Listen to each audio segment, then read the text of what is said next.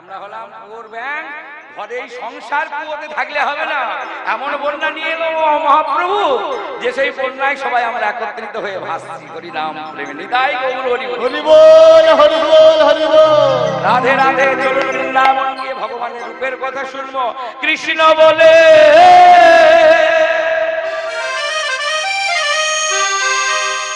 দুটি বাহু তুলে চলো রে মন বৃন্দাবনে, বৃন্দাবনে দুটি বাহু তুলে চলো রে মধুর বৃন্দাবনে। কৃষ্ণ বলে দুটি বাহু তুলে চলো রে বৃন্দাবনে। দুটি বাহু তুলে চলো রে মধুর বৃন্দাবনে। সেটাই নেই কোনো ভাবনা, আছে কৃষ্ণ বাবার বাসনা। সেটাই নেই কোনো ভাবনা, এই কৃষ্ণ বাবার বাসনা। সেটাই নেই কোনো ভাবনা, ওই না কৃষ্ণ বাবার বাসনা। ওই কৃষ্ণ বনে দুটি বাহু তুলে চলো রে মধুর বৃন্দাবনে। কৃষ্ণ বলে বাহু তুলে চলো রে মধুর বৃন্দাবনে। কৃষ্ণ বলে বাহু তুলে চলো রে মধুর বৃন্দাবনে। রাধে রাধে। বৃন্দাবন যেতে হলে মাথায় একটু ঢাকা নিতে হয়। কেন? ওড়না নিতে হয়, এটা ফ্যাশন নয়, এটা কর্তব্য। কারণ বৃন্দাবনে গিয়ে যদি ভাবে যে আমি একজন পুরুষ, যে রাধারানী কৃপা কোনোদিনই পাবে না, তাই একটা চাদর ঢাকা নিতে হয় মাথায়। আর নিজেকে ভাবতে হয় আমি একজন সাধারণ ব্রজবাসিনী, তাহলে রাধারানীর কৃপা। কৃষ্ণ বনে দুটি বাহু তুলে চলো রে মনে মধুর বৃন্দাবনে। ওই না যেই নাম সেই নামে ভজনালিসা করি, সেই নাম সেই নামে ভজনালিসা করি। কৃষ্ণ বনে দুটি বাহু তুলে চলো রে মধুর বৃন্দাবনে। বলে দুটি বাহু তুলে চলো রে মধুর বৃন্দাবনে। বলো বৃন্দাবন ধাম কি, বৃন্দাবন ধাম কি, রাধারানী কি, সুন্দর মদন মোহন কি, জলপাই হরিবাসর কি, বাবা ভৈরব নাম কি, মহাপ্রভু কি, সাধু গুরু বৈষ্ণব ভক্ত কি, মহাপ্রসাদ কি, হরিনাম যজ্ঞ কি, আপন আপন গুরু মহারাজ। এখন তার এইসব ভজন খুব একটা বেশি চলে না নাকি? তবে আমার কপালে নেই, কুঞ্জবিলাসের দিনে আসে, সবাইকে নাচাইতে হয়, আমি থাকবো, অন্যজন এসে নাচাবে, অসুবিধা। এখন আর এইসব ভজন চলে? এখন কেমন ভজন চলে? রাধে রাধে, রাধে রাধে জপা করো, কৃষ্ণ নাম রয়া করো। রাধে রাধে জপা করো, কৃষ্ণ নাম রসা করো। রাধে রাধে নাম জপা করো, কৃষ্ণ নাম রসা করো। রাধে রাধে জপা করো, কৃষ্ণ নাম রসা করো।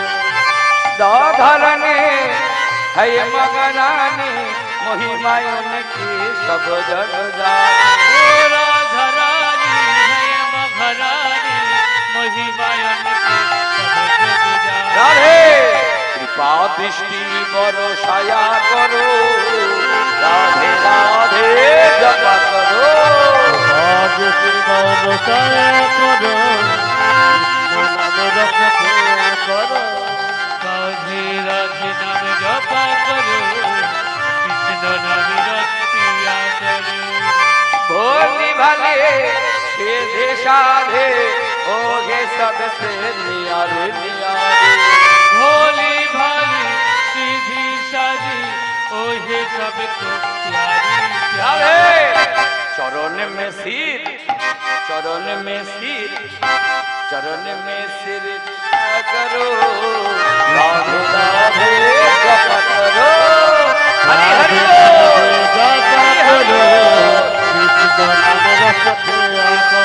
बोलो राधे राधे राधे राधे शरण तुहारे राधे राधे राधे राधे चरण सुहारे राधे राधे राधे राधे शरण तुहारे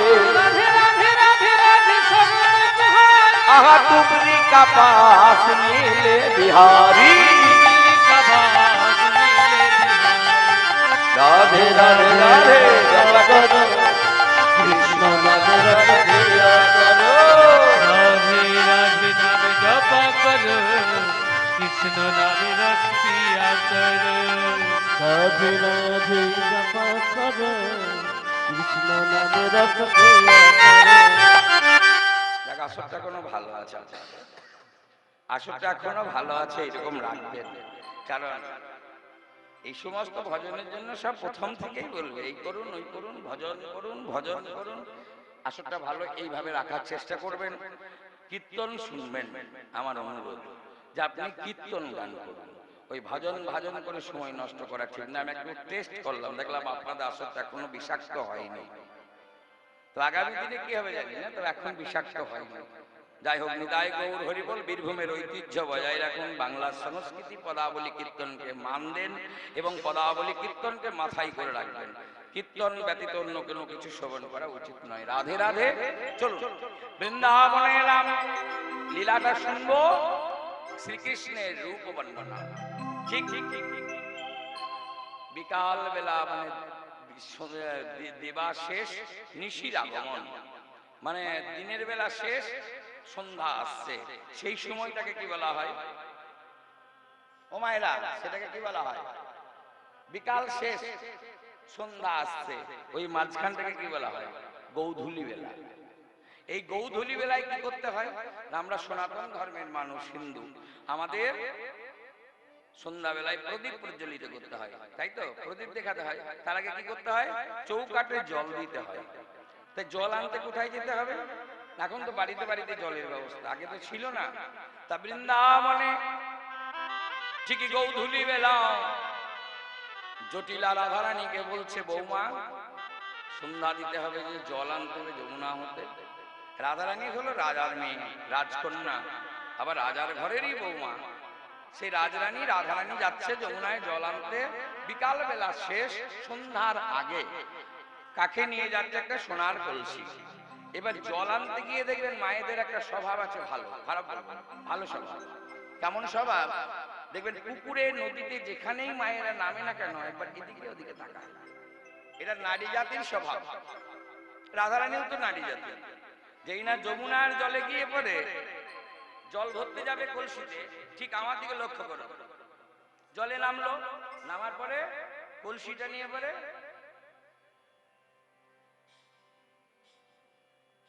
আপনি তো এদিক ওদিক তাকাবেন ও এদিকে তাকালো একবার ওই দিকে তাকিয়েই রয়ে গেল কদম্বের তরু মূলে শ্যামচিকুনিয়া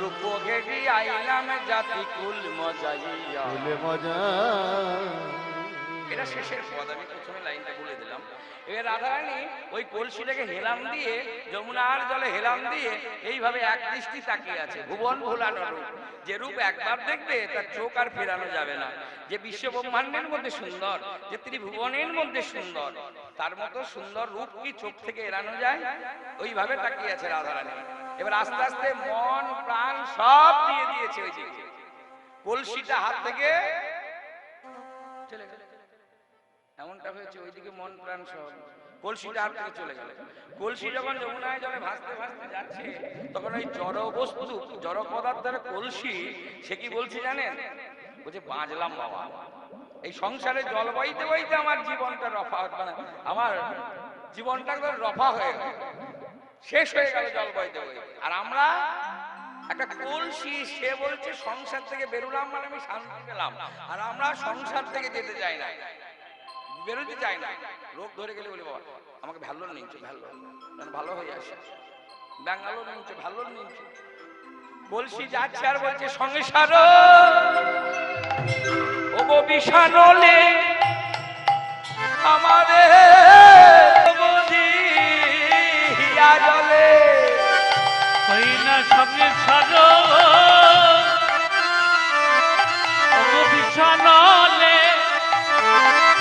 নিরবধি হিয়াই জলে। আমরা জানিয়া শুনিয়া বিষ খাইন, জানিয়া শুনিয়া বিষ খাইন, আমরা জানিয়া শুনিয়া বিষ খাইন, যদি আসো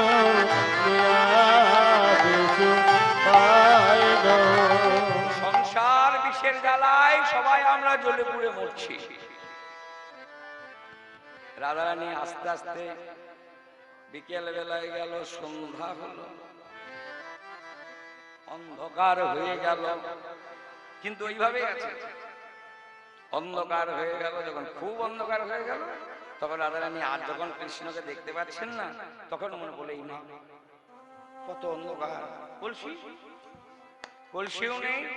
তখন মনে পড়ছে কলসিকে, কলসি তখন যে কত দূর চলে গেছে গোবিন্দ জানে।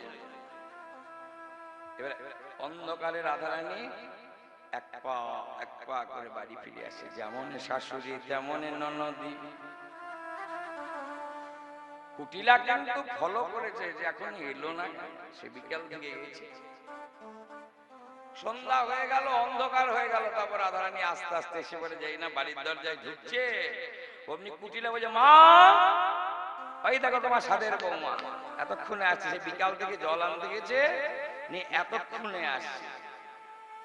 জটিলা বয়স্ক, জটিলা এসে বলছে হালো রায়, তখনকার দিনে লো বলতো, এখন আর বলে না, বলে জটিলা বলছে হালো রায়, সর্বনাশী বিটি কাকে দেখছি, কোথায় গেছি, কলসি কই, জল কই, ব্যাস ঝগড়া।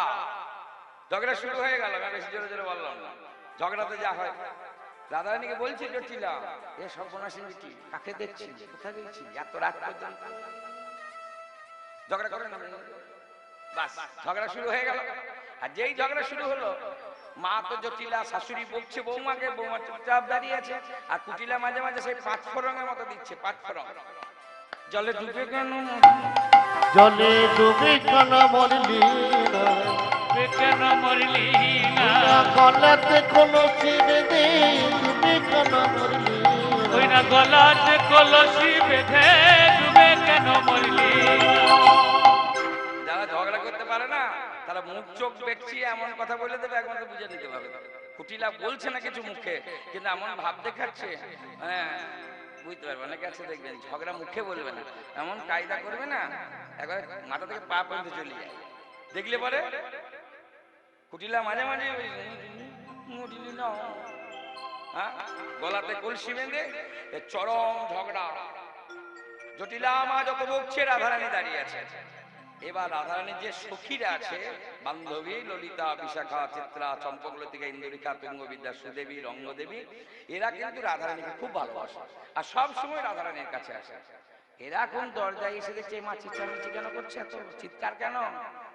ললিতা বিশাখাকে বলছে বিশাখা মনে হয় রাধারানী কোনো কাণ্ড করে বসেছে, দেখ এখন শাশুড়ি আর ননদ দুজনে মিলে কেমন ঝগড়া করছে, চল দেখি কি হয়েছে, চল দেখি কি হয়েছে।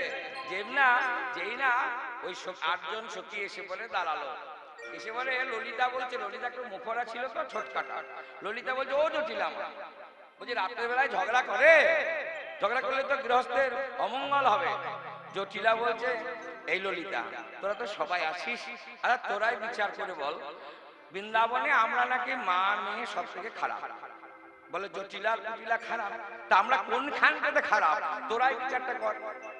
বিকাল বেলায় কোন ঘরের বৌমা যদি জল আনতে যায় এই যমুনায়, এক প্রহর রাত করে যদি বাড়ি ফিরে আসে, কি বলবি বল? সে গ্রামের মেয়ে নয়, সে হচ্ছে বাড়ির বৌমা, বিকাল থেকে জল আনতে গেছে নদী, সে ঘুরে আসছে এক প্রহর রাত করে, কি বলবি? ভালো বলবি? এই কথাগুলো বলতে গেলে বলে আমাদের মা মেয়ে নাকি বৃন্দাবনের সব থেকে খারাপ, তোরাই বিচার করে বল।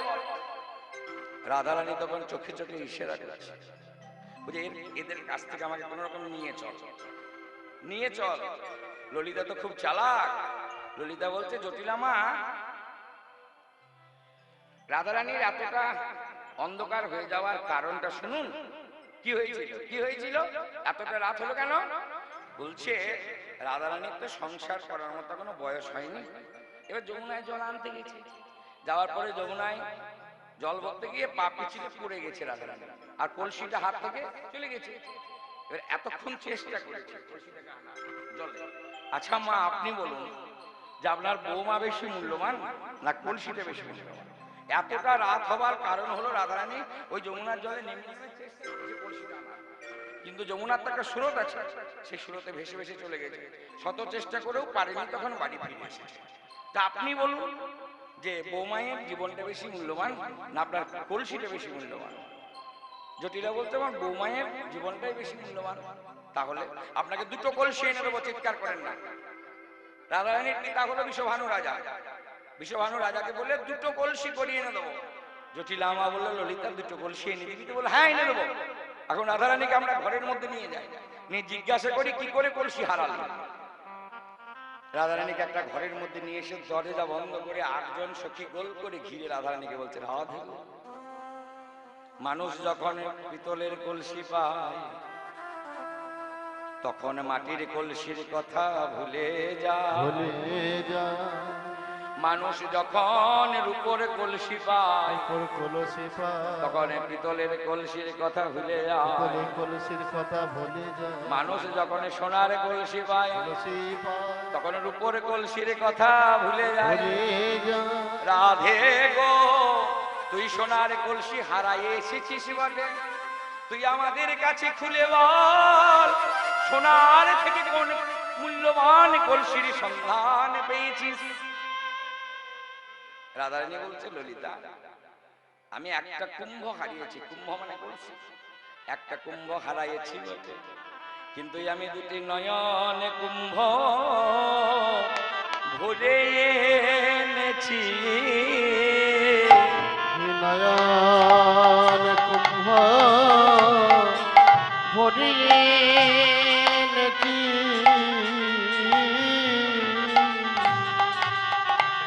দুটি নয়নে কুম্ভ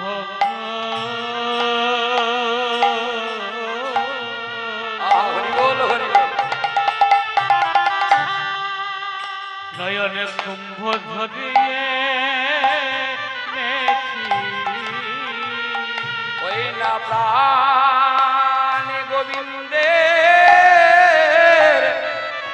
প্রাণে গোবিন্দের রূপসাগরে ডুবাইয়ে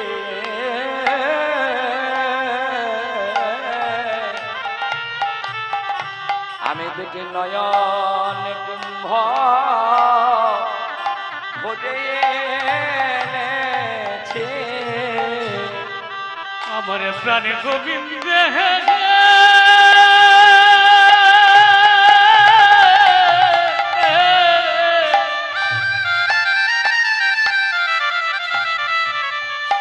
প্রাণ গোবিন্দের রূপ সাগরে ডুবাইয়ে দুটি নয়ন কুম্ভ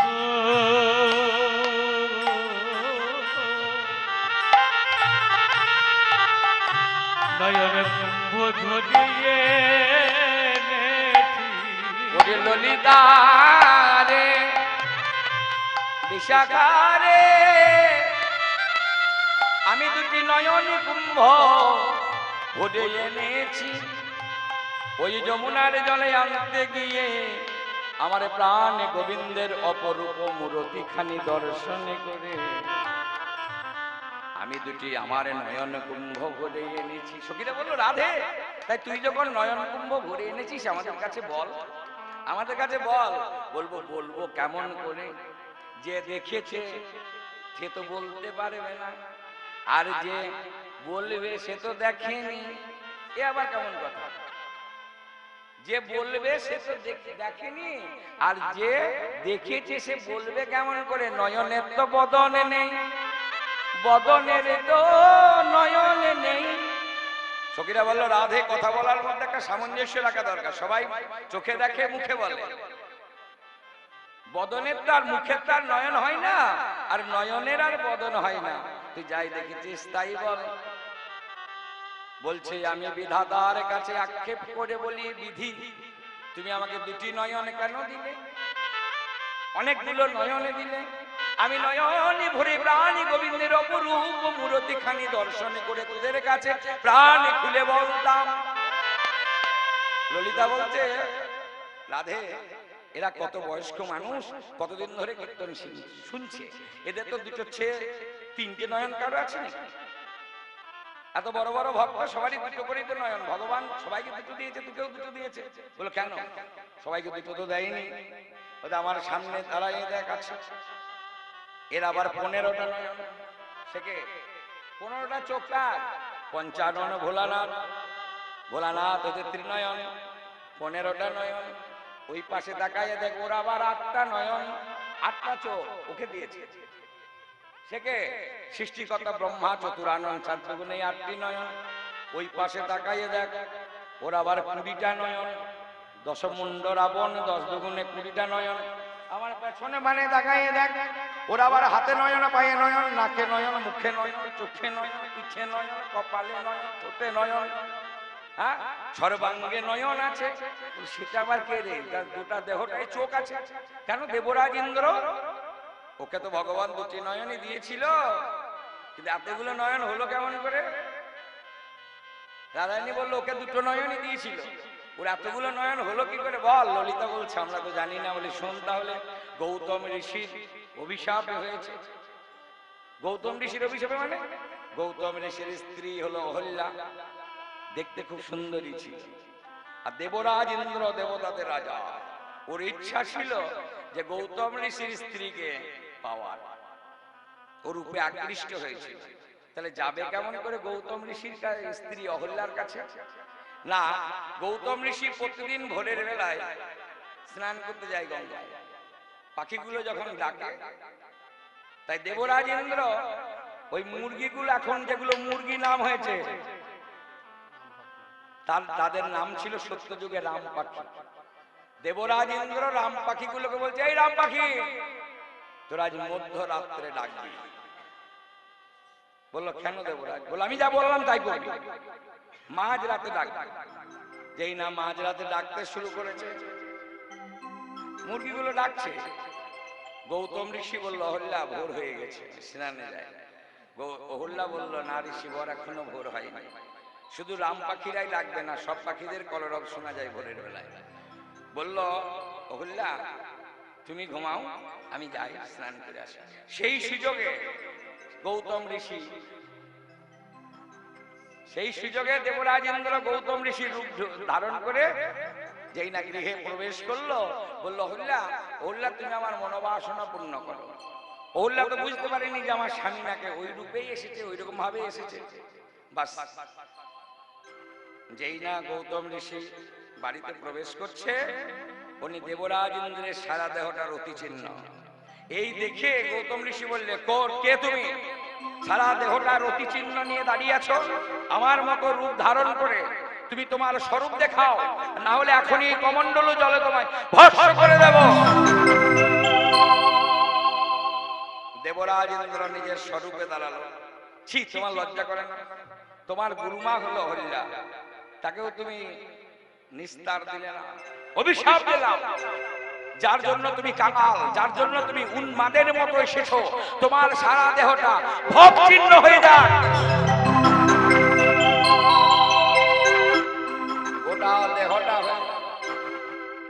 গোটা দেহটা হয়ে গেল ভগ চিহ্ন। দেবরাজ ইন্দ্র লজ্জায় ঘৃণায় মাথায় ঘুমটা দিয়ে পরে সারা দেহটা মুড়ে গভীর জঙ্গলে গিয়ে বসলো। এটা এই মুখটা কাকে দেখাবে? আর দেব সমাজে যে অপমানিত হয়ে গেল, কলঙ্কিত হয়ে গেল। অহল্যাকে বলল গৌতম ঋষি, অহল্যা একটা পাথরের যেমন অনুভূতি শক্তি নেই, তোমার অনুভূতি শক্তি নেই। তুমি আমি নাকে তুমি জানতে পারলে না? বললো, হে ঋষিবর, আমি আপনাকে আগেই নিষেধ করেছি, এখনো ভোর হয়নি, আপনি আমার কথাও বাদ থেকে গেছেন, আমি কি করে জানবো আপনি নাকি? আমি বুঝতে পারিনি। তুমি যখন বুঝতে পারোনি, তোমার যখন অনুভূতি শক্তি নেই, আমি তোমাকে অভিশাপ দিলাম, তুমি পাষাণী হয়ে যাও। না,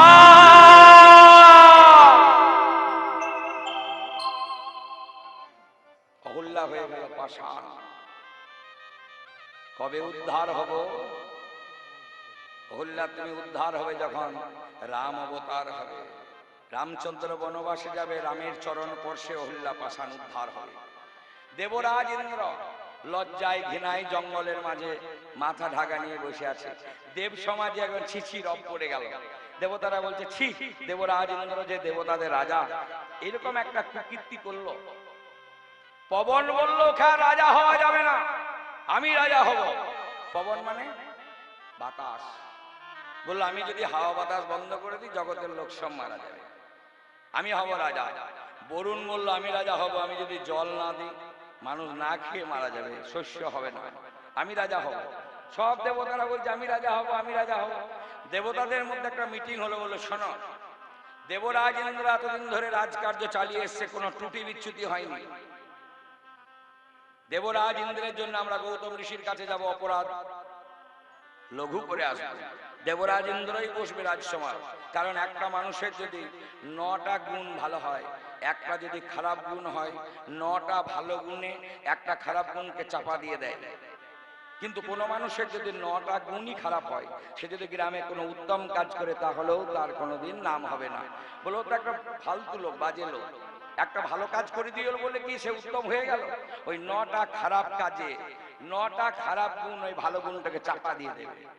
দেবরাজ ইন্দ্রের 9টা গুণ ভালো, একটা খারাপ গুণ, তার জন্য বিচার করতে হবে যে একটা ভালো মানুষ এত বড় অন্যায় করলো কেমন করে, নিশ্চয়ই কোনো চক্রান্ত আছে, এটা বিচার করতে হবে, নিশ্চয়ই কোনো চক্রান্ত হবে, জীবনে কোনোদিন ভুল করেনি, আজ করলো কেন, নিশ্চয়ই পেছনে কোনো কারণ আছে, রহস্য লুকিয়ে আছে।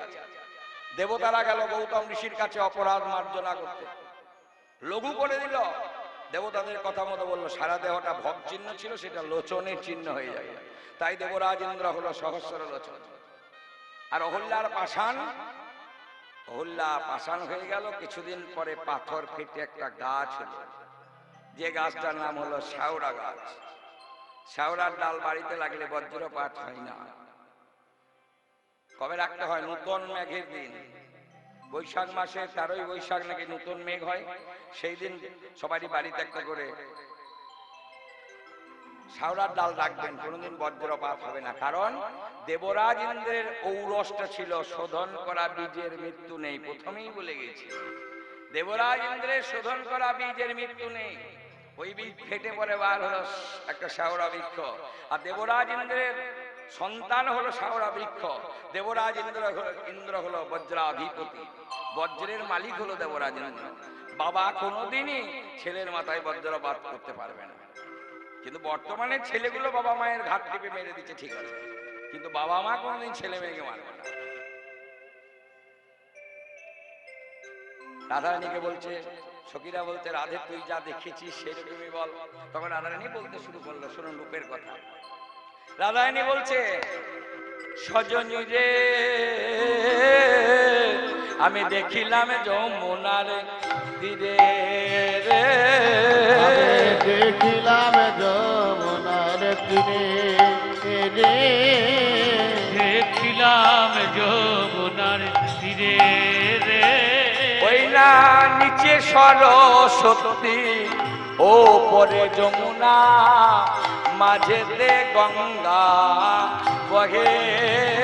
ওই না নিচে সরস্বতী, ও পরে যমুনা, মাঝেতে গঙ্গা বহে রে।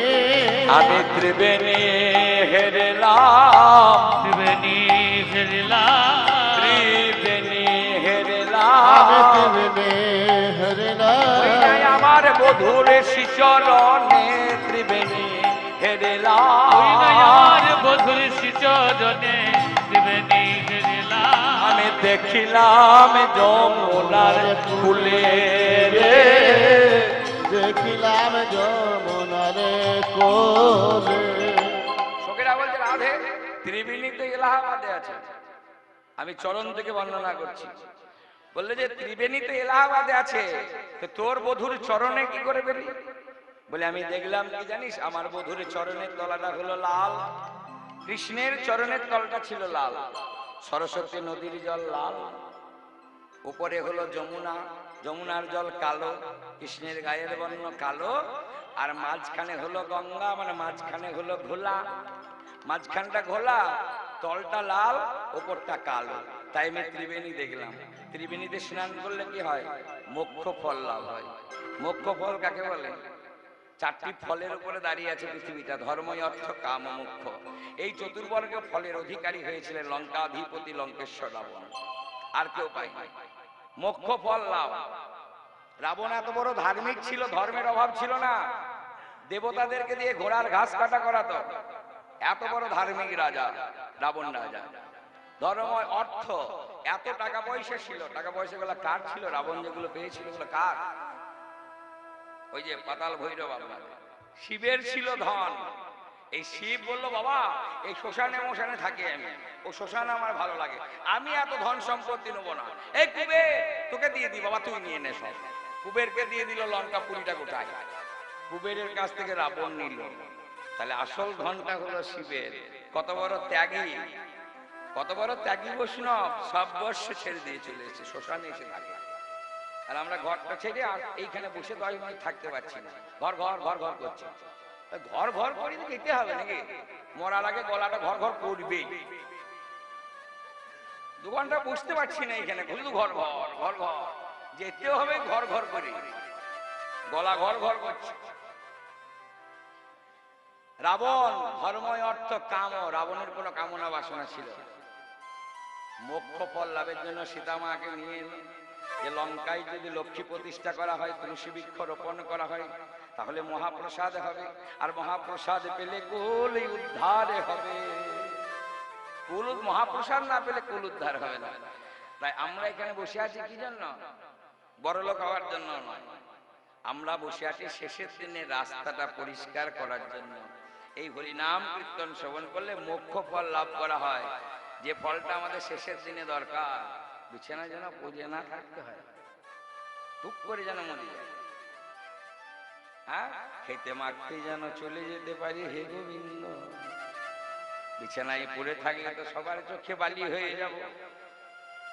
এই ফলটা পাওয়ার জন্য এখানে এসেছি। নিতাই গৌর হরি বল। তারপরে কি দেখলাম? তারপরে দেখলাম আমার বধুর চরণের তল। গোবিন্দের চরণে 19টা চিহ্ন আছে, 11টায় আর 8টা। এইগুলো যদি একটা একটা করে বর্ণনা করা হয় তাহলে বসে থাকা যাবে? রাসকুণ্ড ভঙ্গ সব হয়ে যাবে একটা লীলাতে। চন্দ্রার্ধং কলশং খং ত্রিকোণাব পুষ্টিকাম ধনুষী গোষ্পদ, এই শঙ্খ চক্র গদা পদ্ম, এই একটা একটা করে চিহ্ন যদি বর্ণনা করা হয় অত সময় পাওয়া যাবে না। তারপরে দেখলাম কি? গোবিন্দের চরণে নুপুর, অরুণিত চরণ রনিত মণি মন্দির, অরণিত চরণে অতি মনে মন্দির, আধ আধ পদ চলনি রসা, ওই নয়াধ আধ পদ চরণী রসা, আধ আধ পদ চলনি রসাল। আমি খুব বিস্তার করছি না, রাধে রাধে।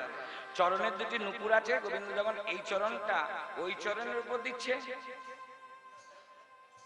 আবার এই চরণটা যখন একভাবে তার বসে থাকে, দাঁড়িয়ে থাকা যাবে না, এই চরণটা দিচ্ছে, তখন যে নুপুর গুলো বাজছে, যে নুপুরের ধ্বনিটা রসাল, রসাল মানে খুব সুমধুর। রাধারানী বলছে চরণ রসাল। তা চরণের নুপুর গুলো কি করে এলো? কোন যুগের ভগবানের তো চরণের নুপুর ছিল না। এই নুপুর দুটি কে? এরা হলো গুরু আর শিষ্য, একজন ছোট একজন বড়। কে গুরু? গুরু আর শিষ্য। কে বড় কে ছোট? এখানে কিন্তু শিষ্য বড়, গুরুদেব ছোট। তো চরণের নুপুর দুটি কে?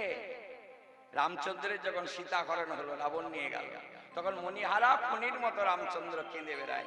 কানতে কানতে একটা গাছের তলায় গিয়ে রাম আর লক্ষ্মণ বসলো। রাম, ওরা তো ক্ষত্রিয় ছিল, ব্রাহ্মণ ছিল না। 3 যুগের ভগবান তো ব্রাহ্মণ ছিল না, কলিযুগের ভগবান গৌরহরি হলেন ব্রাহ্মণ। তা ক্ষত্রিয়ের ধর্ম হলো গান্ডীব সঙ্গে নিয়ে যাওয়া, মানে ধনুক বাদ। গাছের নিচে ওই গান্ডীবটা রেখেছে, রেখে 2 ভাইয়ে বিশ্রাম করছে। না কিছুক্ষণ পরে দেখছি কিনা না সামনের দিকে একটা রক্তের রেখা আসছে। তা লক্ষণকে জিজ্ঞাসা করছে, রামচন্দ্র ভাই আমি কি কাঁদতে কাঁদতে আমার নয়নের জল শেষ হয়ে কি রক্ত আসছে? বলো না দাদা, রক্ত তো আসেনি। তবে রক্ত কোথা থেকে এলো? দেখছে একটা বড় ব্যাঙের উপরে ধনুকটা চাপা গেছে। ব্যাঙের দেহে যত রক্ত ছিল সব নির্গত হয়েছে। লক্ষণ যেই না বললো, রামচন্দ্র ওই ব্যাঙটিকে হাতে নিয়ে কমল কর ভোলায় বলছে, ওরে ব্যাঙ তুই তো এখন মারা গেছিস, তা তোকে যখন শত্রুরা তাড়া করে তখন তো চিৎকার করে ডাকিস। বললো প্রভু তখন তোমায় ডাকি, হে রাম রক্ষা করো বলে। তা আজকে ডাকলি না কেন? বলো প্রভু যখন আমাদেরকে শত্রুরা তাড়া করে, ব্যাঙ বলছে, তখন আমরা হে রাম রক্ষা করো বলে চিৎকার করে তোমায় ডাকি। আজ তোমার ধনুকে চাপা পড়েছি, বলো বলো প্রভু আজ কারে বা ডাকব? বলি বলাই গৌর হরি প্রভু কারে বা ডাকিব? বলো বলো প্রভু আজ কারে বা ডাকব? ওই না বলো বলো প্রভু আজ কারে বা ডাকব? ওরে ব্যাং ব্যাং, আজ আমার বিপদের দিনে তোরা যা চাইবি তাই দেবো, বল তোরা কি চাস? বললো প্রভু আমি কিছুই চাই না, যদি কিছু দিতে হয় আমার গুরুদেবকে দেন। সে কি রে ব্যাং, তোর আবার গুরু আছে নাকি? বললো প্রভু আমি ব্যাং নয়, আমি ব্যাং নয়, তবে তুই কে? বলে আমি হলাম কর্ণমুনি, আমার গুরুদেব হলেন বিশ্বাবসু। গুরুদেব আমাকে অভিশাপ দেয়নি, বরং আশীর্বাদ করেছেন। গুরুদেব আশীর্বাদ করে গুরুচরণে অপরাধ করেছিলাম, গুরুদেব আমায় অভিশাপ দিয়েছিল যে ওরে কর্ণমুনি তোর জন্মটা হবে এবার নিচ কুলে। তাই গুরুদেবের অভিশাপ আশীর্বাদের মতো মাথা পেতে নিয়ে এই ব্যাঙ্কুলে জন্ম নিয়েছি বলে প্রভু তোমায় পেলাম, তোমায় দর্শন পেলাম, পরশন পেলাম, আর কিছু চাই না। যদি কিছু দেওয়ার থেকে আমার গুরুদেবকে দেন। কারণ গুরুদেব যদি অভিশাপ না দিত, মানে আশীর্বাদ না দিত, তাহলে আমি তোমায় পেতাম না। তোর গুরুদেব বিশ্বাবসু, যেই না বিশ্বাবসুকে স্মরণ করলো অমনি বিশ্বাবসু সম্মুখে দাঁড়ালো। রামচন্দ্র বলল, বিশ্বাবসু তুমি কি নেবে বলো? বললো আমি কিছু চাই না প্রভু, না চাইতে যা পেলাম, না চাইতে যা পেলাম আর কিছু চাই না, তোমার দর্শন পেলাম, আর কি চাইবো? বললো না না কিছু বলো, যা চাইবে তাই দেবো। ব্যাং বলছে আমিও কিছু নেবো না, গুরুদেব বলছে আমিও কিছু নেবো না। বললো আমি যখন দেবো বলি তখন তোদেরকে দেবো, তোরা বল কি নিবি? দুজন গুরু শিষ্যই বল। তখন গুরু শিষ্য দুজনে মিলে করজোরে বলছে, প্রভু দিতেই যদি হয় তাহলে আমরা একটা জিনিস নেবো। বলে বল তোরা কি নিবি? প্রভু তোমার রাতুল চরণে আশ্রয় দিও, প্রভু তোমার রাতুল তাই গৌর হরি বল। আশ্রয় দাও, শুধু এ জন্মে নয়, জন্মে জন্মে তোমার রাঙা চরণে আমাদের আশ্রয় দিও। প্রভু এ জন্মে নয়, জন্মে জন্মে ওই রাঙা চরণে আশ্রয় দিও। ওরে ব্যাং, কর্ণমুনি আর বিশ্বাবসু, আমি তোদেরকে আশীর্বাদ করলাম। এ যুগে নয়, আগামী দাপর যুগে আমি কৃষ্ণ অবতারে যাব, আর তোরা দুজন নুপুর হয়ে আমার চরণে থাকবি। তাই গুরু শিষ্য দুজন নুপুর হয়ে আছে। তারপরে কি দেখলাম জানিস? দেখলাম কাঞ্চন বঞ্চন বসন মনোরম, দেখলাম কাঞ্চন বঞ্চন বসন মনোরম, অলিকুল মিলিতল লিত বনমা, আরে অলিকুল মিলিতল লিত বনমা, কাঞ্চন বঞ্চন বসন মনোরম, অলিকুল মিলিত ললিত বনমাল। গোবিন্দ এত সুন্দর কাপড়টি পরে আছে যেন সোনা হার মারছে। কাঞ্চন বঞ্চন, কাঞ্চন মানে সোনা, কাঞ্চন হার মানছে। ধুতি, ধুতিটা এত সুন্দর যে সোনা হার মানছে। তারপরে কি দেখলাম না বনমালা। বনমালা কাকে বলে? এটা বনমালা নয়, এটা একটা সাধারণ মালা। যে মালা গলা থেকে হাঁটু পর্যন্ত লম্বা তাকে বলা হয় বনমালা। গোবিন্দের গলায় ছিল বনমালা। এই বনমালাটা কোথায় আছে? হাঁটুর উপরে আছে। ধুতি, ধুতির উপরে বনমালা। বনমালাটা রাধারানী বলছে আমি দেখলাম পতি ফুলে মালা, দেখলাম পতি ফুলে মালা, দেখলাম পতি ফুলে মালা, দেখলাম পতি ফুলের মালা। আমার গোবিন্দের গলার মালা, আমি দেখলাম পতি ফুলে মালা, আমার গোবিন্দের গলার মালা। মালা না দুলাইতে আপনি গোবিন্দের গলার মালা না দুলাইতে আপনি দুলে। ওই না মালার গুণ না গলার গুণ রে, ওই না গলার গুণ না মালার গুণ রে। মালা কোন রমণী গেথেছে রে, মালা কোন রমণী গেথেছে রে।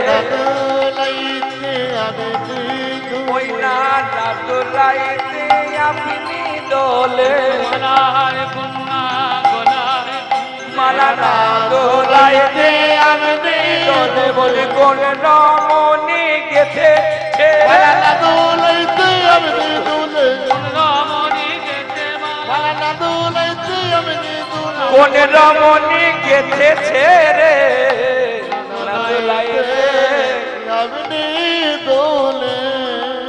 সখীরা বলল রাধে প্রতি ফুলে মালা হয়, একটা ফুলে একটা মালা হবে, অনেকগুলো ফুল দিয়ে একটা মালা হয়, কিন্তু রাধারানী দেখেছে প্রতিটা ফুলে ফুলে মালা। তার মানে গোবিন্দের গলায় যে মালাটা ছিল মা, সেটা হলো চম্পক ফুলের মালা। সে ডালিয়া ফুল, তারপরে সূর্যমুখী ফুল, এরা বড় বড় হয় না, তা গোল গোল সাদা সাদা বড় বড় মালা ফুল। সেই ফুলের চারিপাশে কালো কালো ভ্রমর বসে আছে। এত বড় একটা ফুল, তার চারিপাশে যদি কালো কালো ভ্রমর বসে থাকে তাহলে কি মনে হবে?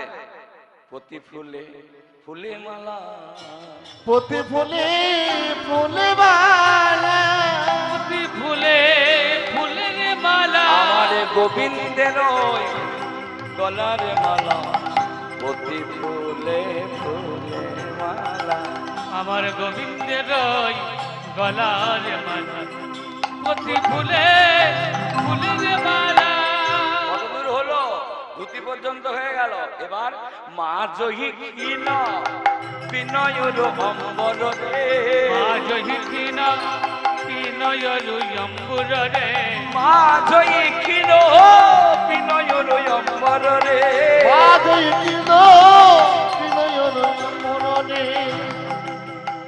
তোরা হাসলি কেন? হাসলি কেন? গল্প করতে করতে কেউ যদি হাসে তখন মনে হয় কি গল্পটা আমার মনে হয় ভুল বলা হচ্ছে। ও জানি হাসলি কেন? সখীরা হো হো করে হেসে দিল। রাধারানী বলে তোরা হাসলি কেন? বলছি রাধে এতদিন আমরা জানতাম না, আজকে জানতে পারলাম। কি জানতে পারলি? ওই যে তোর গোবিন্দ সবসময় হেলাম দিয়ে দাঁড়াতো কদম গাছে। কেন? মানুষ যখন দুর্বল হয়ে যায়, পাগুলো যদি দুর্বল হয় তখনই তো লাঠি ধরে। তাহলে মা জয়ী ক্ষীণ, ক্ষীণ মানে কি দুর্বল। তোর গোবিন্দের কোমরটা দুর্বল ছিল, তাই যেখানে সেখানে দাঁড়াতো হেলাম দিয়ে। বলে না না, হেলাম দিয়ে দাঁড়াতো বলে কোমর দুর্বল নয়। যাদের কোমর সরু আর বক্ষস্থল চওড়া তারা হলো সুস্বাস্থ্যের অধিকারী, আর যাদের পেল্লাই ভুড়ি হয়ে যায় তারা ভালো স্বাস্থ্য বটে। ভুড়িয়ালা লোক ভালো স্বাস্থ্য। তখনকার দিনে ভুড়িয়ালা লোক গ্রামে এলে দৌড়ে যেতে দেখতে সবাই, কত বড় ভুড়িয়ালা লোক এসেছিল। আর এখন ঘরে ঘরে ভুড়ি, খেয়েও ভুড়ি, না খেয়েও ভুড়ি। ভুড়ির এখন আর অভাব নেই, এখন দেখতেই দেন না, ঘরে ঘরে ভুড়ি। এগুলো রোগ, ভালো জিনিস। তাই কোমরটা সরু, বুকটা চওড়া। রাধারানী বলছে মা জয়ী ক্ষীণ বিনয়রু অম্বররু, মাঝই কিনা বিনয়ের অম্বরে, মা জয়ী ক্ষীণ বিনয়রু অম্বররে। আজহি কৃণ বিনয়রু অম্বরে। সখীরা বলে রাধে তোর গোবিন্দের বুকটা যদি আকাশ হয় অম্বর, তাহলে আকাশে তো সূর্য চন্দ্র গ্রহ তারা অনেক কিছু ওঠে। ওঠে বলে হ্যাঁ ওঠে তো। প্রাতর অরুণ কিরণ মনিরা, আরে পাতর অরণ কিরণ মনিরা, ওই না প্রাতর অরুণ কিরণ মনিরা। আতরয়রুণ কিরণ মনিরা। আমি সকাল বেলায় সূর্য দেখলাম, সকালবেলায় সূর্য আমি সকাল বেলায় সূর্য দেখলাম, সকালবেলায় সূর্য ওই না আবার মধুর হৃদয় আকাশে সকাল বেলায় সূর্য দেখলাম। আমার মধুর হৃদয় আকাশে সকালবেলায় সূর্য দেখলাম। ওমা রাধারানী দেখছে সন্ধ্যাবেলায় গোবিন্দকে বললো সকালবেলায় সূর্য দেখলাম। তার মানে গোবিন্দের গলায় একটা কৌস্তব মণি আছে। কৌস্তব মণি, কৌস্তব মণি মানে মৃগ কস্তুরী। সাথী নক্ষত্রের জল যদি হরিণের মাথায় পড়ে তাহলে হরিণের নাভিতে মৃগ কস্তুরী হয়। মৃগ মানে হরিণ, কৌস্তব মণিটা হয়। সাপের মাথায় সাথী নক্ষত্রের জল পড়লে সাপের মানিক হয়। বাঁশের মাথায় যদি সাথী নক্ষত্রের জল পড়ে বাঁশের ফুল হয়।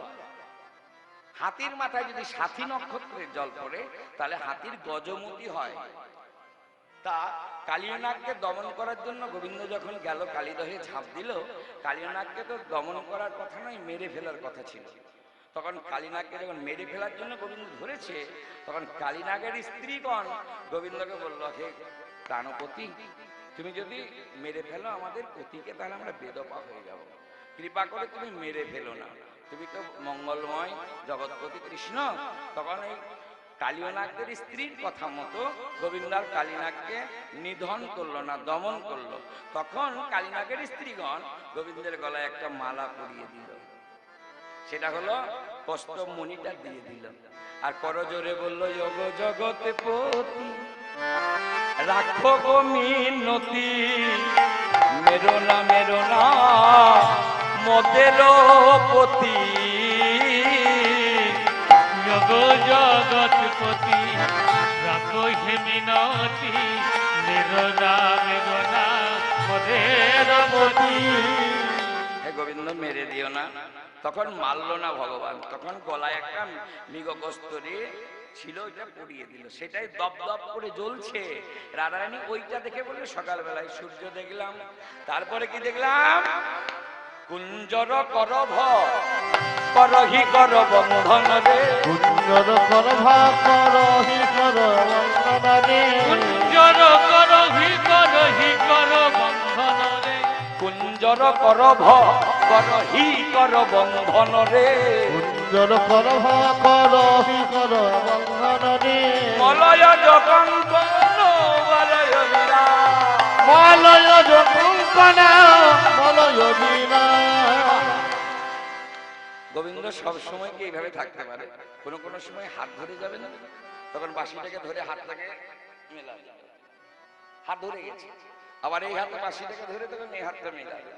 রাধারানী বলছে আমার গোবিন্দ যখন হাতগুলো মেলা দিচ্ছিল না, মনে হচ্ছে হাতির সুরের মতো। কুঞ্জর করভ, কুঞ্জর মানে হাতি, করভ মানে হলো সুর। সখীরা বললো রাধে গো, হাতি তো সবারই বাড়িতে থাকে না, জমিদার নায়েব রাজাদের বাড়িতে থাকে, আর রাজারা হাতির সুরে সুন্দর উপর মোটা মোটা গয়না পরিয়ে রাখে। তো তোর গোবিন্দের হাতগুলো যদি হাতির সুর হয় তা মোটা মোটার উপর গয়না পরানো আছে? বলে হ্যাঁ আছে তো। কালো কৃষ্ণ ভক্ত সেবা করেছে, কৃষ্ণের অঙ্গে সাদা চন্দন মাখিয়ে দিয়েছে। সাদা চন্দন যখন ফুটে গেছে তখন কেমন লাগবে? মলয় কঙ্কন বলয় বীরা, মলয় জগঙ্কন ময়ূরা বলয় বীরা। মলয় কঙ্কন। মলয় মানে কি?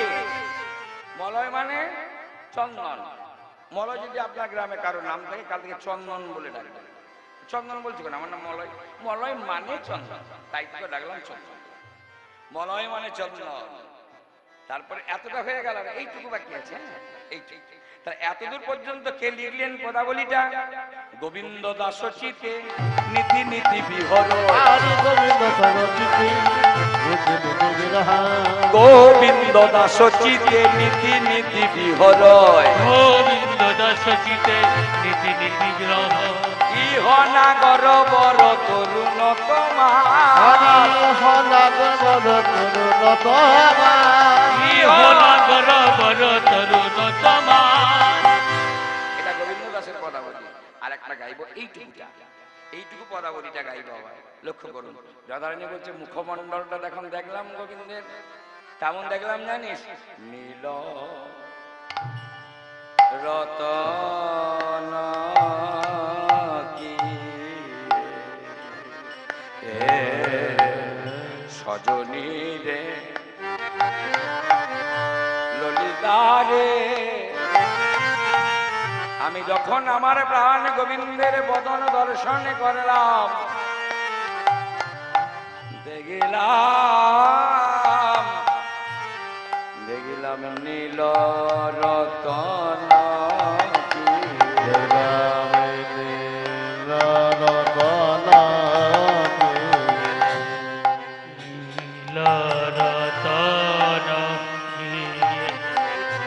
ওই নব ঘন ঘটা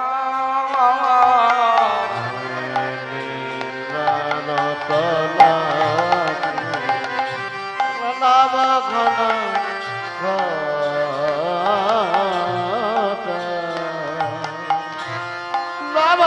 ঘন ওই না লখিলে নখন নগে সজনী রে।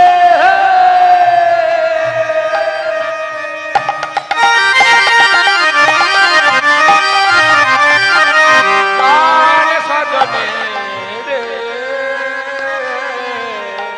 দেখলাম লখিলে লখিলে নখন নহে সে অঙ্গের ছটারে। অঙ্গের ছটা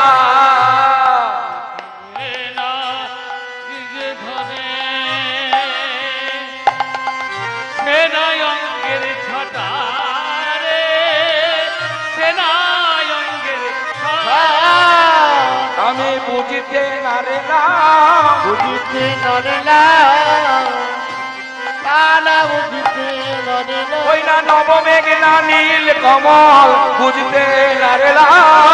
না নীল কমল বুঝিতে নারলা। ওই না নবমেঘ না নীল কমল বুঝিতে ওই নারে না না। নবমেঘের না নীল বলি কমল। হায় আমি কি করিলাম? ওই না নীল কমল, হায় আমি কি হায় করিলাম? গৌর হরি বল। হায় আমি কি করিলাম? নবমেঘের না নীল কমল, হায় আমি কি করিলাম? নবমেঘের না নীল কমল, বুঝিতে নরেলা। নখিলে ধনে নখন নহে সে অঙ্গের সেনায়ঙ্গের ললিতারে। আমি যখন আমার প্রাণ গোবিন্দের মুখমণ্ডল দর্শন করলাম, তখন বুঝতে পারলাম না এটা নবমেঘ না নীল কমল। হায় আমি কি করিলাম? যখন যে প্রেমে পড়ে তখন কিসে দেখে? প্রেম করার সময় বলে তুমি কোন জাত, প্রেম করার সময় বলে সে দেখতে কেমন, কালো খাঁদা যা হবে হবে। মন যখন একবার দিয়ে দিয়েছে তখন আর কিছু করে না। রাধারানী দেখে নিয়েছে, বলছে নীল কমল না নবমেঘে, বুঝতে পারলাম না। কদম্বের তরুমূলে শ্যামচে কনিয়া, কদমের তোর বলে শ্যামাচে কনিয়া। ওই কদম্বের তরুমূলে শ্যামচে কনিয়া। কদম্বের তরুমূলে শ্যামচি কনিয়া। রূপ হেরি আইলাম জাতি কুল মজাইয়া, ওই না রূপ হেরি আইলাম জাতি কুল বাজায়া। ওই না রূপ হেরি আইলাম জাতি কুল মজাইয়া। রূপ হেরি আইলাম জাতি কুল মজাইয়া। জাতি কুল মজাইয়া। যখন প্রেমে পড়ে যায় মানুষ তখন তার ওইসব জাত কুল মানশীল গুরু গৌরব কিছু মনে রাখে? তখন আর মনে রাখে না, সে প্রেমের ঠেলায় তখন তারা মত্ত হয়ে থাকে, তাই না? নিতাই গৌর হরিব রাধারানী প্রেমে পড়ে গেছে, এবার আর কিছু করেনি। এবার সখীরা বলছে রাধে গো তাহলে ঠিক আছে বল, তারপরে কি দেখলে? দেখলাম চূড়ার উপরে মত্ত ময়ূরের পাখা। আর চড়াই উপরে মত ময়ূরের পাখা। চোরার উপরে মাত্র ময়ূরের পাখা। মদন মহেন্দ্র ধনু কিবা দিল শোভা। মদন মহেন্দ্র ধনু কিবা দিল শোভা। ওই না মদন মহেন্দ্র ধনু কিবা দিল শোভা। ওই মদন মহেন্দ্র ধনু কিবা দিল শোভা। গোবিন্দের যে চূড়া, সেই চূড়াটা হলো অমূল্য রতন, যেটা মূল্য দিয়ে পাওয়া যায় না। মণি মুক্তা ঘেরা কাঞ্চন প্রবাল চূর্ণি পান্না দিয়ে তৈরি। তার উপর সাধারণ একটা ময়ূরের পাখা কেন? ময়ূরের পাখা তো সচরাচর রাজস্থানে দিল্লিতে রাস্তাঘাটে পড়ে থাকে। আমাদের যেমন কাকগুলো ঘুরে বেড়ায়, দিল্লি রাজস্থানে ওই ময়ূরগুলো এইভাবে রাস্তায় ঘুরে বেড়ায়। তার সামান্য একটা ময়ূরের পাখা যে রাস্তায় ধুলাই ঘোরাঘুরি যায়, তাকে গোবিন্দ মাথায় রাখলো কেন? তাহলে সে বিরজার কুঞ্জে যেতে হবে, বিরজার মনোবিলাস পূর্ণ করতে গোবিন্দ গেছে। দাঁড়ে ছিল রাধে রাধে 1:30 বাজে, তাও 2 মিনিট কম, 32 মিনিট সময় আছে আমার। হ্যাঁ, নিতাই গৌর হরি বলি। হ্যাঁ, ওই দাদা আমার বলছে হোক হোক, সত্যি তো তাই, মেজে ঘষে নেওয়াটাই ভালো। সোনা কিনতে গেলে কষ্টিক পাথর দিয়ে যাচাই করে নিতে হয় যে খাদ আছে কিনা, তাহলে একটা ঘষে মেজে নিতে হবে না? কাল আমার গানও নেই, অসুবিধা। নিতাই গৌর হরি বলি, ঠিক আছে। বিরজার কুঞ্জে ভগবানকে তো সবাই চায় মনোবাসনা পূর্ণ করার জন্য। বিরজার কুঞ্জে গেল গোলক বৃন্দাবনে ভগবান, বিরজার কুঞ্জ বিরজার মনোবিলাস পূর্ণ করতে। শ্রীদামকে ডাকলো দ্বারের প্রহরী। শ্রীদামকে বলল শ্রীদাম এই দরজায় তুই থাকবি, কাউকে ঢুকতে দিবি না, আমি চললাম বিরজার কাছে। এবার শ্রীদাম দাঁড়িয়ে আছে দরজা আগুলে। গোবিন্দ গেল বিরজার কুঞ্জে। এদিকে রাধারানী গোবিন্দকে না দেখতে পেয়ে উন্মাদের মতো ছুটে আসছে। শ্রীদামকে দেখতে পেয়ে দেখছি যে শ্রীদামকে যখন দেখতে পেলাম তাহলে আমার প্রাণ গোবিন্দ এখানে আছে, সখা যখন আছে। এই শ্রীদাম আমার বধূ কোথায়? বললো বিরজার কুঞ্জে। মিথ্যা কথা তো বলা যাবে না। বললো দরজা ছেড়ে দে আমি যাবো। বলে না, দ্বার ছাড়া যাবে না। বললো দ্বার ছেড়ে দে আমি যাবো। বললো না, যাওয়া যাবে না।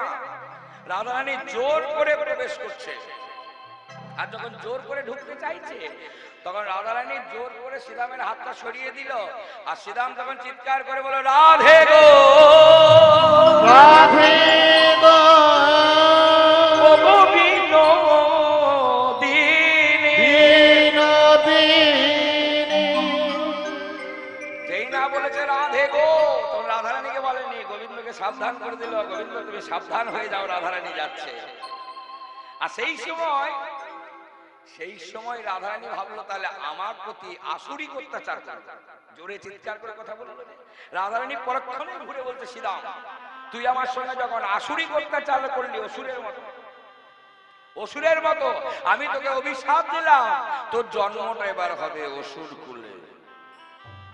শ্রীরাম হলো শঙ্খাসুর লোক, তুলসীর বর, মানে তুলসীর স্বামী হলো শঙ্খাসুর। আর শ্রীরাম বলল রাধে গো তুমি যখন আমাকে বিনা অপরাধে এত বড় শাস্তি দিলে, আমি অসুর কুলে জন্ম নেবো, আমিও তোমাকে অভিশাপ দিলাম, তুমি 100 বছর গোবিন্দ ছাড়া হয়ে থাকবে। দেখবে কত জ্বালা কত যন্ত্রণা। এদিকে গোবিন্দ বিরজাকে বলছে বিরজা রাধারানী আসছে, জল। বিরজা হয়ে গেল জল আর গোবিন্দ তার উপর হয়ে গেল সাপ, খেলা করছে। রাধারানী গিয়ে বলছে বারে তুমি হয়েছে জল আর তুমি হয়েছে সাপ, আমিও হব ময়ূর। রাধারানী ময়ূর হয়ে গেল। গোবিন্দ দেখলে আত্মোপায় নেই, ময়ূরের প্রধান খাদ্য সাপ, ও তো আমাকে এক্ষুনি গিলে খেয়ে নেবে। সঙ্গে সঙ্গে ভয়ে ত্রিভঙ্গ বঙ্কিম ঠামে অধরে বিমোহন কারিণী মোহন মুরলী লয়ে দাঁড়ালো আমার প্রাণ গোবিন্দ। করজোরে বলল রাধে গো আমি তোমার কাছে হেরে গেলাম। ছেলেরা যখন জয়ী হয়ে জয় পতাকা মাথায় নেই, হিপি ফুটে বলতে বলতে আসে না কাপশিল প্রাইজ নিয়ে, জয় পতাকা মাথায় নিয়ে, আমিও হেরে গেলাম তোমার কাছে, পরাজয়ের পতাকায় আমায় একটা মাথায় দাও। তুমি যে রূপ ধারণ করেছ সেই রূপের একটা পালক দাও আমার, সর্বোপরি চূড়ার উপরে থাকবে তোমার ময়ূরের পাখা। রাধারানীর ময়ূরের পাখাটা গোবিন্দ নিল মাথার উপরে, বাঁ দিকে হেলে আছে। এবার বিরজা করজোড়ে বলছে, হে গোবিন্দ, আমার মনোবিলাস তাহলে কি পূর্ণ হবে না? বললো হবে। এখন হবে না, হবে। তুমি বৃন্দাবনে যাবে যমুনা হয়ে। বিরজা হলো যমুনা। রাধারানীকে নিয়ে যখন আমি পার করব সেই নৌকা বিলাসের দিনে, সেদিন তোমার মনোবিলাস পূর্ণ করবো। কবে জানো? যেদিন রায় যাবে মথুরাতে, দধির পসরা যাবে মথুরাতে, দধির পসরা হাতে। যাবে মথুরাতে, নদীর পশুরা মাঠে। সেই দিন পুরাবো বাসনা গো, সেই দিন পুরাবো বাসনা। সেই দিন পুরাব বাসনা গো, সেই দিন পুরাব বাসনা। সেই নৌকা বিলাসের, সেই নৌকা বিলাসের দিনে, সেই নৌকা বিলাসের, সেই নৌকা বিলাসের তোমারে মনোবাসনা পূর্ণ করবো নৌকা বিলাসের দিনে। মনোবাসনা পূর্ণ করব না। নৌকা বিলাসের দিনে। তাই বামে হেলে আছে। বামে হেলে কেন আছে? সোজা থাকতে পারতো। বাম দিকে হেলে আছে কেন? রাই চরণ পাবে বলে, রাই চরণ পাবে বলে, ওই নারাই চরণ পাবে বলে। ও তাই তো চূড়া,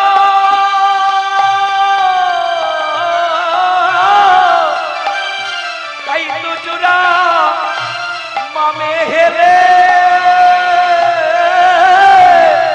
রাই চরণ পাবে বলে। ওই নারাই তো চূড়া পাবে গেলে। রাই চরণ পাবে বলে, তাই তো চূড়া বামে গেলে রাই চরণ পাবে বলে। ওই তো চূড়া পাবে গেলে, রাই চরণ পাবে বলে। চিত্তনান পাবে বলে, তাই তো চূড়া বামে গেলে, তাই তো হইব। তো চূড়া পাবে গেলে, রাই চরণ পাবে বলে। রাই চরণ পাবে বলে। ওগো তাই তো চূড়া পাবে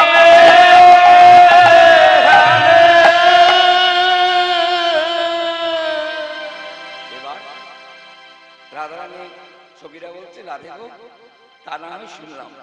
তারপরে কি দেখলি বল? তারপরে দেখলাম বিনোদ কপালে বিনোদ তিলক, বিনোদ বিনোদ সাজে গো। বুড়িলা বিনোদ কপালে বিনোদ কিনা, বিনোদ বিনোদ সাজে। বিনোদ কপালে বিনোদ তিলক, বিনোদ বিনোদ সাজে। বিনোদ কপালে বিনোদ কিনা, বিনোদ বিনোদ সাজে। ওই না বিনোদ বিনোদ বিনোদ বিনোদ সাজে। ওই না বিনোদয় ধরে বিনোদ মুরলী, ধরে বিনোদ মুরলী। বিনোদ অথবে বিনোদ বাসি বিনোদ বিনোদ বাজে রে। বিনোদ বিনোদ তাই বল হরি বল। বিনোদ বিনোদ বাজে গো। বাসি বিনোদ বিনোদ বাজে। বিনোদ বিনোদ বাজে। আরে বিনোদ বিনোদ বাজে। বিনোদ মানে সুন্দর, সুন্দর কপালে সুন্দর তিলক, সুন্দর সুন্দর সাজে, সুন্দর অধরে সুন্দর মুরলী, সুন্দর সুন্দর বাজে। বিনোদ মানে সুন্দর। তারপর কি দেখলাম? নয়ন কমল কিয়ে মত্ত জলিরা, আর নয়ন কমল কি মত জলিরা। ওই না নয়ন কমল কিয়ে মত্ত জলিরা। নয়ন কমল দিয়ে মত্তয়লীরা। অলক্ষিতে দংশয়ে মূরতি হিয়ার মাল, অলক্ষিতে জগেশয়ে মূর্তি হিয়ার মান। সদাই আমায় দংশন করে, সদাই আমার দংশন করে, সদাই আমায় দংশন, সদাই আমার দংশন করে। গোবিন্দের ওই রূপ সদাই আমায় দংশন করে। সদাই আমার দংশন করে। এ যারা প্রেম করেছে তারা ভালো জানে, যারা প্রেম করেছে তারা বা করছে তারা ভালো জানে, সদাই মঞ্চে যেন যায়। সদাই যেন দংশন করে।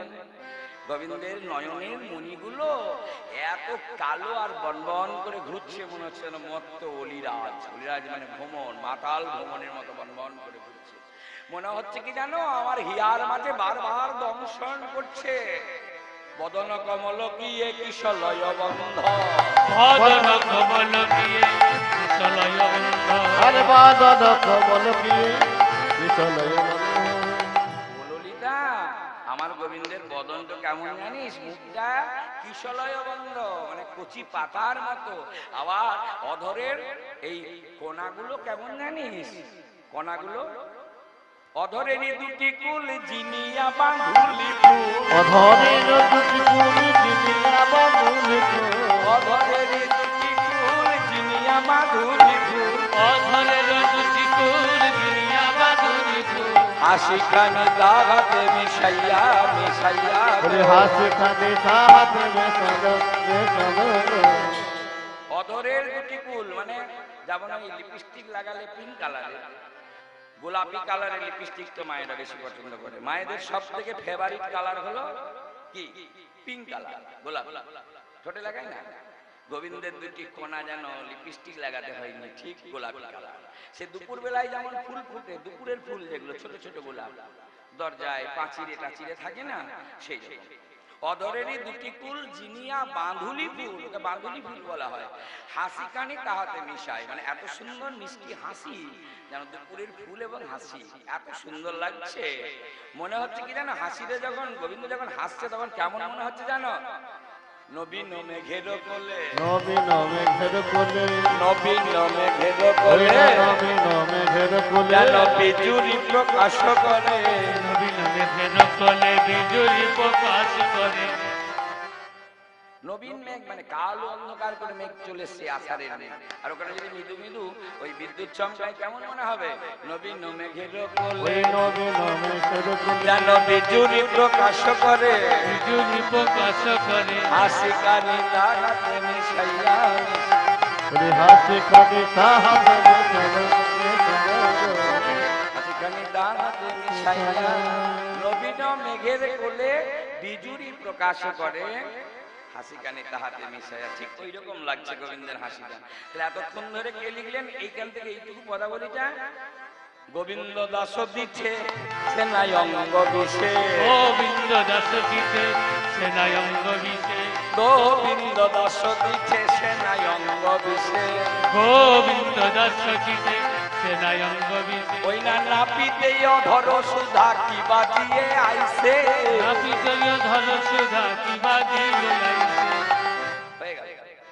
এবার রাধারানী ওই রূপের কথা বলতে বলতে না সখীদের গায়ে ঢলে পড়লো, মানে আর বলতে পারছে না। এবার রাধারানী কি বলছে?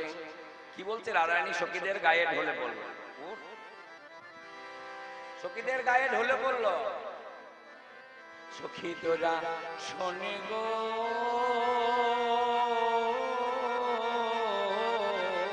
সখী কোন কুঞ্জে আমার শ্যামে বাঁশি বাজে, ওই শোনে গো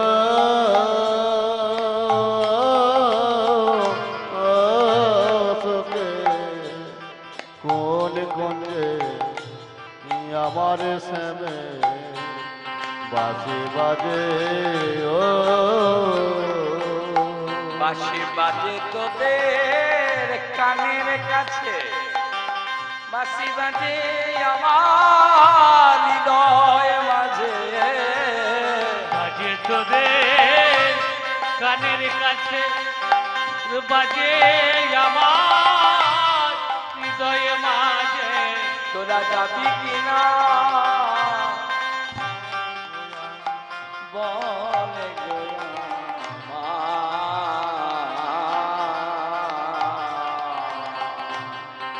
ওই শুনে গো ও সখী কোন কুঞ্জে আমার শ্যামে বাঁশি বাজে,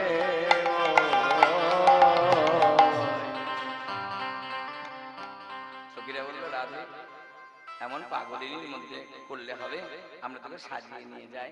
আমি কিন্তু সাজিয়ে নিয়ে যাব।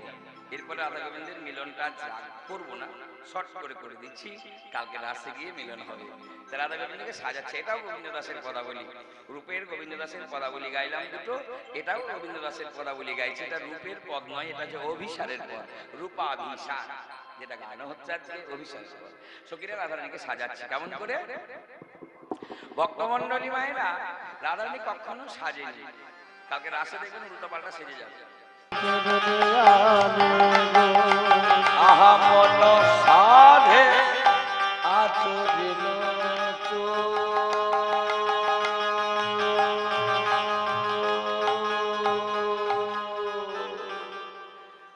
মন সাধে আচরিল চুল গো,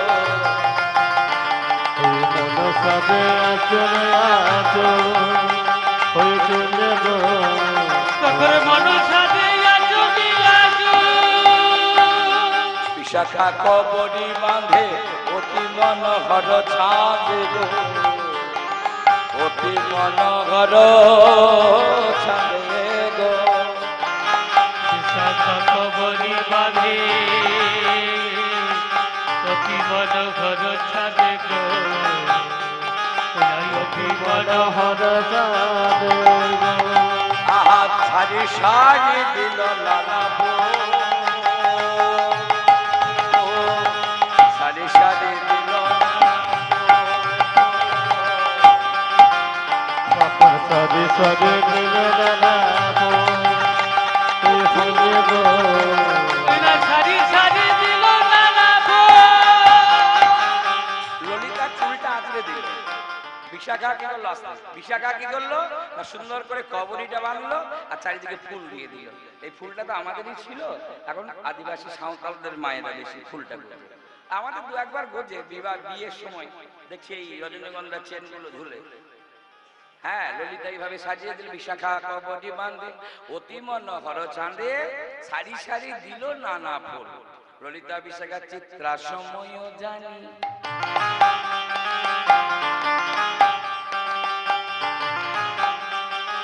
চিত্রা সময় জানি সুবর্ণের স্মৃতি জানি, সময় জানে সুবর্ণের স্মৃতি জানে গো, চিন্তা সময় জানি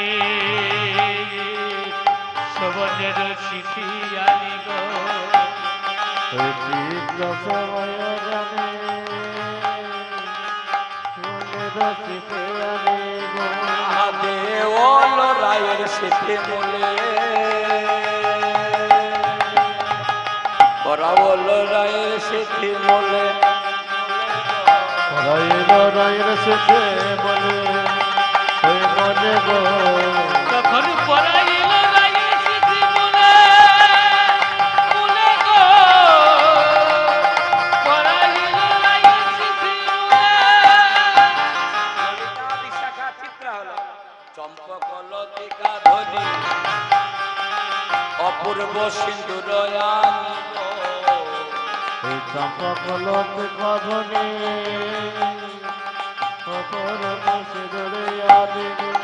চম্পক লতিকা ধনি অপূর্ব সিন্দুরয়ানি গো, চম্পক লতিকা ধনি অপূর্ব সিন্দুরয়ানি গো, দেওল রায়ের স্মৃতি, দেওল রায়ের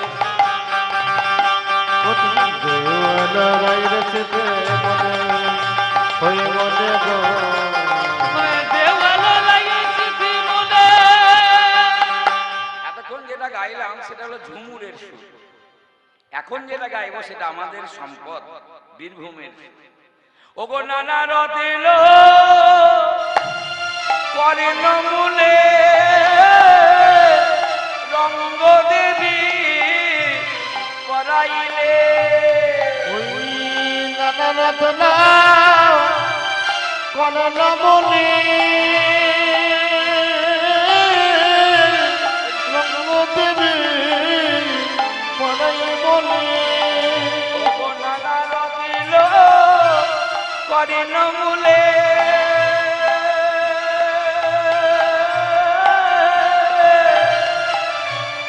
রঙ্গ দেবী পরাইলে ওই নানা রত্ন কর্ণ মূলে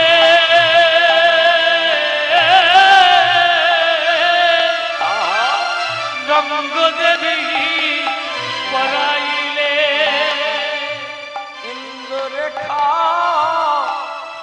পরায়ণ করে গো ইন্দ্ররেখা পরায়ণ গো ওই রেখা পরায়ণ পূর্ব ইন্দ্ররেখা পরায়ণ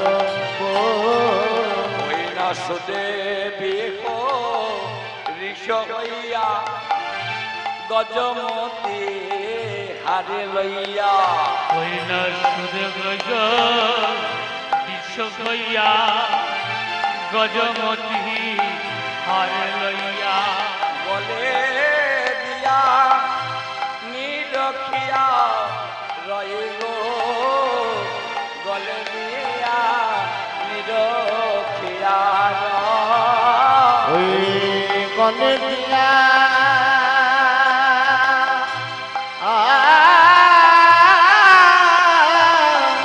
নিরখিয়া রইব গলে দিয়া নিরখিয়া বাকি আভ রণ ছিল অঙ্গ দেবী পরাইল ওই না বাকি আমার রণ ছিল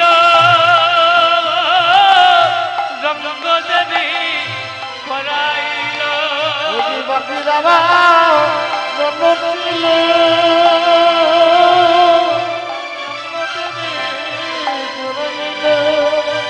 বাকি আমার রণ ছিল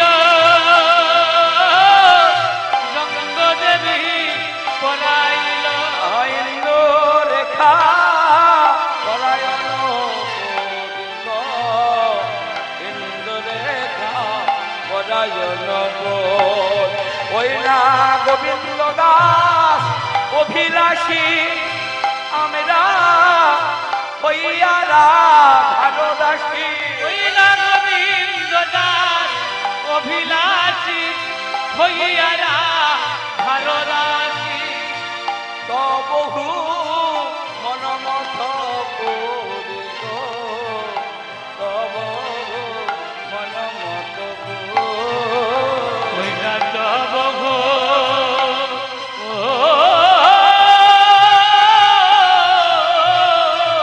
মনমত করে গো তব গো মনমত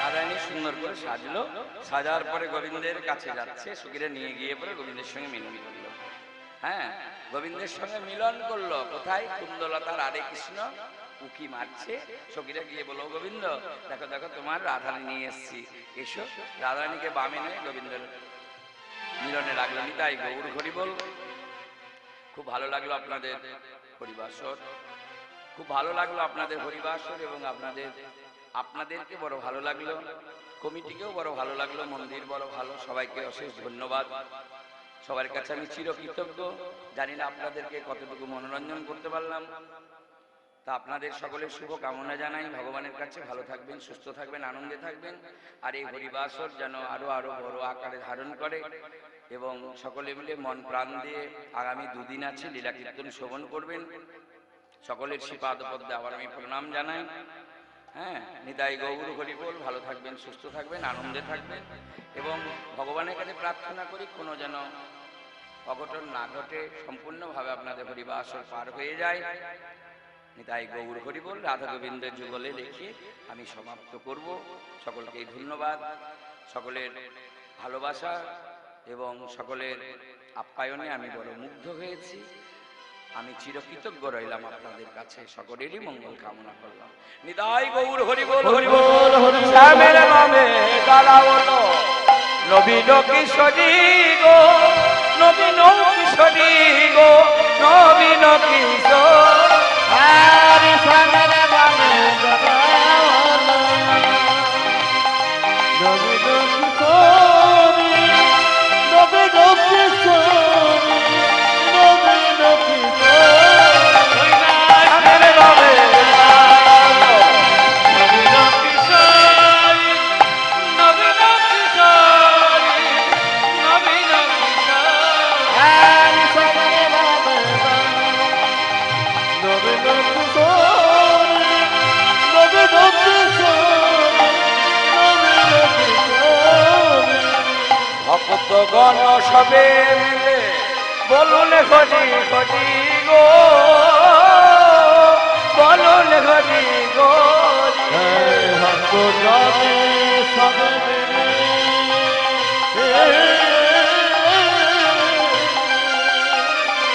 ভক্ত জানে সবে মিলে বলুন হরি হরি বল বলুন হরি কৈলাসের বামে দাঁড়াইল বলুন হরি নবীন কিশোরী নবীন কিশোরী হ্যারি সাগরে বাবে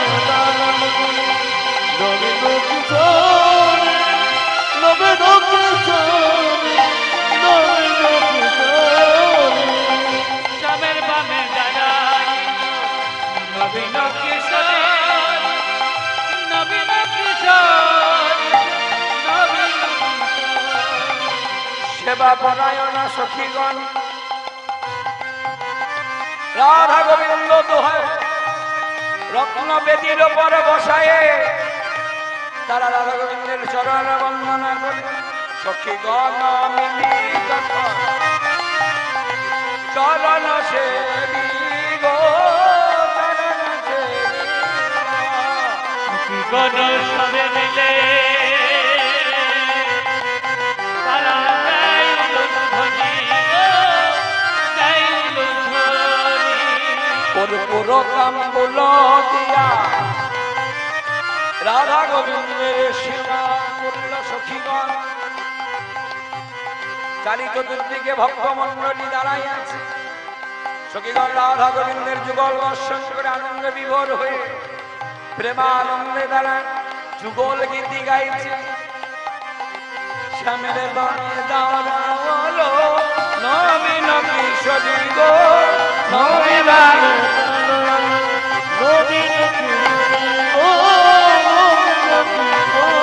কৈলাসের বামে দাঁড়াইল নবীন কিশোরী নবীন কিশোরী নবীন